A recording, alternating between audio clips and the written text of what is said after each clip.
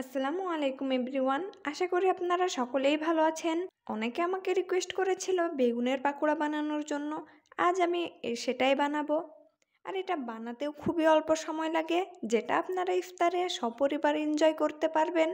By the way, আমি নাহান্নুর খাতুন আর আপনারা দেখছেন নাহান্নুর রান্নাঘর। বেগুনের পাকোড়া তৈরি করার জন্য একটা পাত্রের মধ্যে আমি প্রায় 1.5 কাপ মতো বেসন নিয়ে নিচ্ছি। এবার বেসনের মধ্যে দিয়ে দিব হাফ টেবিল চামচ কালো জিরে, আর দিয়ে দিব স্বাদ মতো লবণ। রঙের জন্য দিয়ে দিব হাফ টেবিল চামচ হলুদ গুঁড়ো ও হাফ টেবিল চামচ কাশ্মীরি লঙ্কার গুঁড়ো, আর ঝালের জন্য দিয়ে দিব হাফ টেবিল চামচ শুকনো লঙ্কার গুঁড়ো, আর একই সঙ্গে দিয়ে দিব 1 প্যাকেট ম্যাগি মশলা। এবার এই সবগুলো উপকরণকে একবার খুব ভালোভাবে মিশিয়ে নিব। এবার বেসনের মধ্যে হালকা হালকা জল দিয়ে একটা পাতলা ব্যাটার বানিয়ে নেব।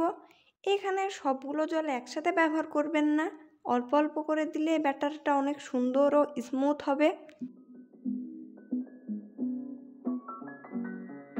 আর এখানে ব্যাটারটা খুব বেশি পাতলা করবেন না, আমি যেরকম রেখেছি সেরকমটাই রেখে দিবেন।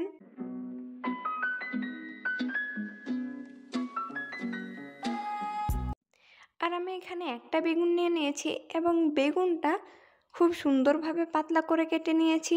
দেখতে পাচ্ছেন বেগুনটা কিন্তু একদম পাতলা করে কাটিনি। আর আমি অন্যদিকে একটা পাত্রে তেল গরম করতে বসিয়ে দিয়েছি। তেলটা প্রায় অনেকটাই গরম হয়ে এসেছে।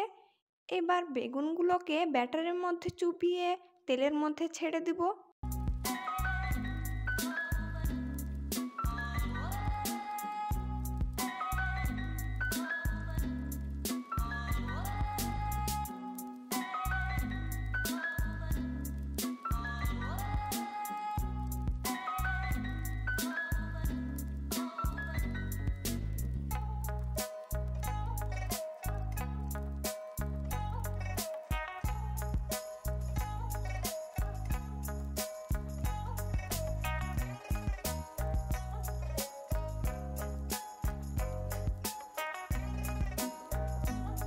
দিয়ে যখন এগুলো গোল্ডেন কালার হয়ে ভাজা হয়ে যাবে, তখন এগুলোকে অন্য একটা পাত্রের মধ্যে তুলে রাখবো।